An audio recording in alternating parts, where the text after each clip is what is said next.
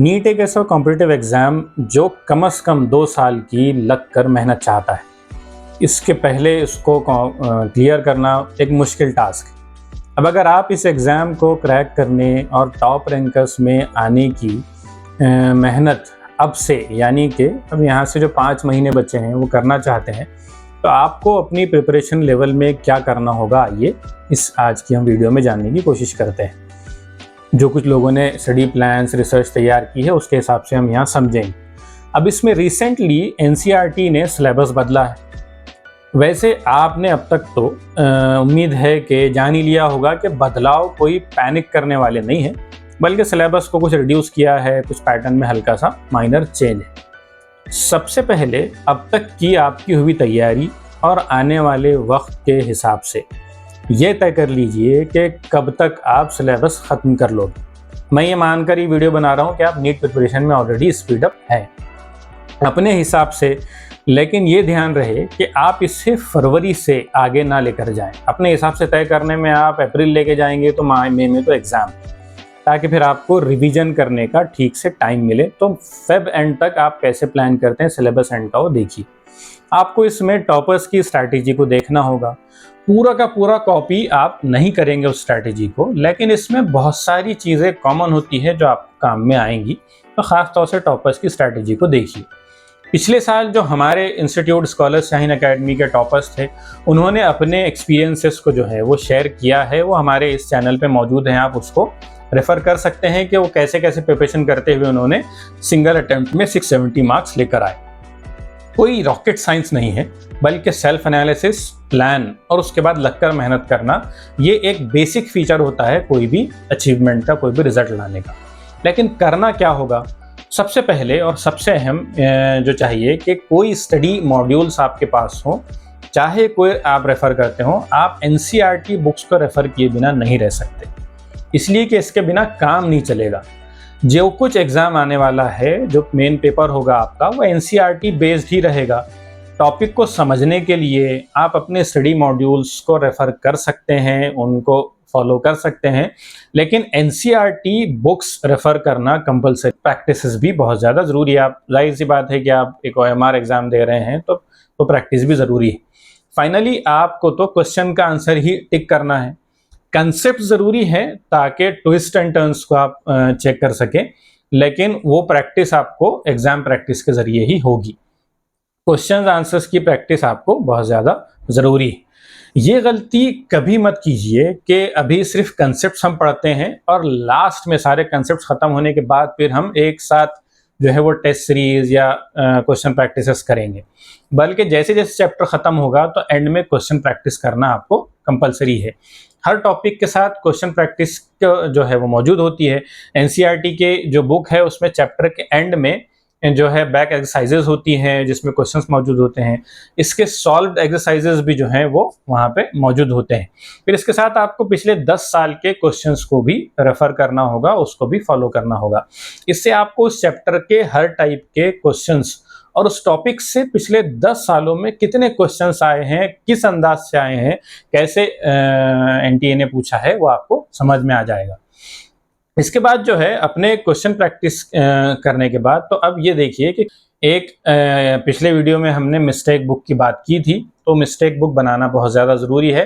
तो क्या आपसे गलती हुई थी, वो गलती को उसमें नोट कीजिए, क्यों गलती हुई थी उसको भी उसमें लिखिए, और अब आप क्या ऐसा करेंगे जिससे आगे गलती ना हो, वो आपके लिए बुक ज़रूरी होगी।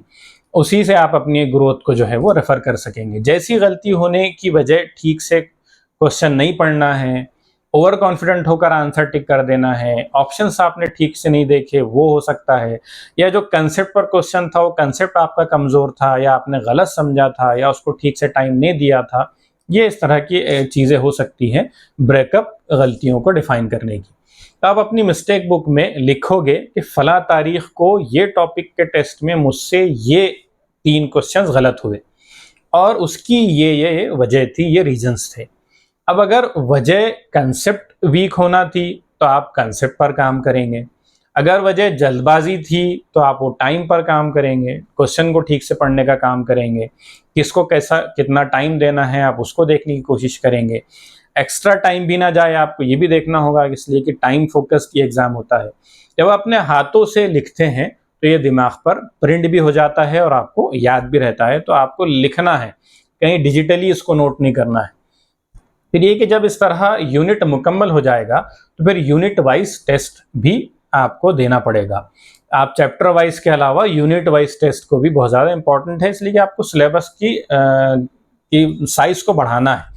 पुराने डेटा के हिसाब से चेक करना कि मिस्टेक रिपीट हुई या अब वो मिस्टेक ठीक हुई है। जब यूनिट वाइज टेस्ट देंगे या आप मॉक टेस्ट देंगे तो छोटे छोटे गैप्स जो है वो, जैसे 20-20 मिनट के अलार्म आप रखेंगे, जिसमें ये चेक करना होगा कि इतने टाइम में आपने कितने क्वेश्चंस को सॉल्व करने की कैपेसिटी डेवलप की है। तो ये भी मैनेजमेंट आपको प्लान करना होगा। इससे टाइम मैनेजमेंट आएगा और 3 घंटे में बिना पैनिक हुए आप कैसे पूरे क्वेश्चंस को कर ले जाएंगे, इसमें आपको कामयाबी मिलेगी। इसके साथ आपको रिवीजन हर चैप्टर के साथ ही करना होगा। पूरा सिलेबस खत्म होने के बाद रिवीजन ये आपको नुकसान पहुंचाएगा। सब खत्म होने के बाद अगर आप करेंगे तो आपकी डेफिनेटली नैया डूबेगी। आपको हर चैप्टर के खत्म होने पर फर्स्ट रिवीजन, फिर हर यूनिट के खत्म होने पर सेकंड रिवीजन, ऐसे आपको मल्टीपल रिवीजन्स के स्टेजेस बनाना होंगे।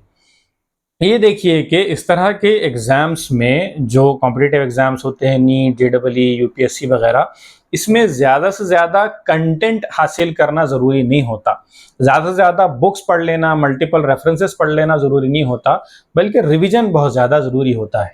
अगर आप 40% टाइम जो है वो कंटेंट हासिल करने में लगाएंगे तो 60% टाइम आपको रिवीजन में लगाना कंपलसरी है। मेजर टाइम जो है वो रिवीजन पर फोकस करने की बात कही जाती है। अगर मुमकिन हो तो अपनी राइटिंग में हर सब्जेक्ट के नोट्स बनाने की आदत डाल लीजिए। सिर्फ रीड करते हुए हाईलाइट करने की प्रैक्टिस मत बनाइए, ये बहुत अहम है। जो आप खुद से अपनी लैंग्वेज में कंसेप्ट को लिखेंगे तो वो ज़्यादा आसानी से आपको याद रहेगा, लॉन्ग टर्म याद रहेगा, समझ में आएगा।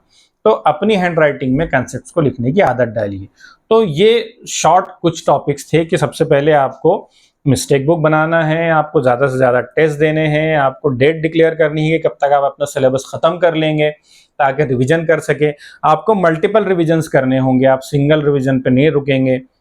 आप जैसे जैसे टेस्ट देंगे तो टेस्ट में सिर्फ आप मार्क्स को नहीं देखेंगे बल्कि टाइम को भी कैलकुलेट करेंगे कि किस क्वेश्चन को कितना टाइम दिया, या फिजिक्स को कितना टाइम दिया, केमिस्ट्री को कितना गया, बायो को कितना गया। इस तरह से चीज़ों को डिवाइड करके आप रेगुलरली ग्रोथ को इम्प्रूव करने की कोशिश करेंगे। तो उम्मीद होगी कि आप जो है बहुत अच्छे रैंक्स के साथ ये एग्ज़ाम क्लियर कर सकेंगे। आज की वीडियो में बस इतना ही। फिर और कुछ स्पेसिफिक टिप्स के साथ हम दोबारा इस चैनल पे हाजिर होंगे। खुदा हाफिज़।